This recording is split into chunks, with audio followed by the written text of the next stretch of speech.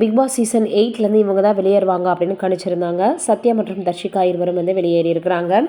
இந்த நிலையில் தர்ஷிகா உடல் அளவில் தூங்க முடியாமல், தூக்கம் இல்லாமல், நடு இரவில் கூட கஷ்டப்படுறாங்க அப்படின்ற மாதிரி சில விஷயங்கள் வெளியாகிருந்தது. அதனால் அவங்களுடைய குடும்பத்தினர் ரொம்பவே அவங்கள நினச்சி கவலைப்படுறாங்க அப்படின்னு கூட பலரும் சொல்லியிருந்தாங்க.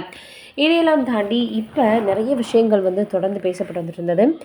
இப்போ அடுத்ததாக மஞ்சரி அவர்கள் ஒரு குறும்படத்தில் சிக்கியிருக்காங்க விஜய் சேதுபதியிடம் அப்படின்னு சொல்லப்படுது.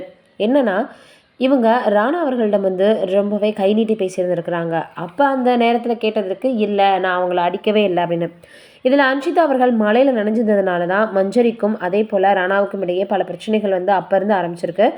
எம்ப்ளாயி விசஸ் ஒர்க்கர் அப்படின்றதன் அடிப்படையில் தான் அந்த விஷயமானது வந்து பார்க்கப்பட்டது. அந்த விளையாட்டு, அந்த டாஸ்க் கொடுக்கப்பட்டிருக்கு. அதில் அன்ஷிதாவுக்கு இப்படி மழையில் நனைகிறதுக்கான ஒரு பனிஷ்மெண்ட் மாதிரி ஆயிடுச்சு அப்படின்ற மாதிரி தான் இவர் வந்து சண்டையை போட்டிருக்கிறாரு. அதற்கப்புறம் கை நீட்டி பேச பேச மஞ்சரி அவர்கள் கை நீட்டாதா அப்படின்னு சொல்லியிருக்கிறாங்க. ஒரு கட்டத்துக்கு மேலே கையை தட்டி விட்டுருக்காங்க. அப்போ நீங்கள் அடிச்சிங்களான்னு கேட்டதற்கு இல்லைன்னு சொல்லிட்டாங்க. ஆனால் மறுபடியும் வந்து இல்லை, நான் தெரியாமல் சும்மா தான் தட்டி விட்டேன், நான் அடிக்கலாம் இல்லை அப்படின்னு. இதை வந்து இந்த குடும்பத்தை போட்டு காட்டு பிடிச்சிட்டாரு விஜய் சேதுபதி அவர்கள்.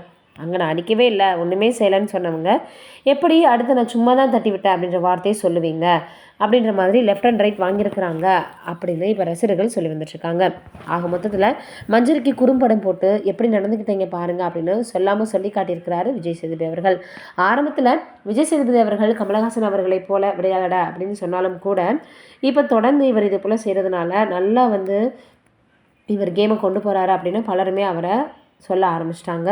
நீங்கள் என்ன நினைக்கிறீங்க பிக் பாஸ் சீசன் 8 பற்றி அப்படின்றத மறக்காமல் கமெண்ட்டில் சொல்லுங்கள். என்னதான் எவ்வளவோ விஷயங்கள் இருந்தாலும் கூட சில ரியாலிட்டி ஷோக்கள் மக்களிடையே ரொம்ப மனதில் நீங்காத இடம் பிடிச்சிடும். அப்படி ஒரு ரியாலிட்டி ஷோ தான் பிக் பாஸ்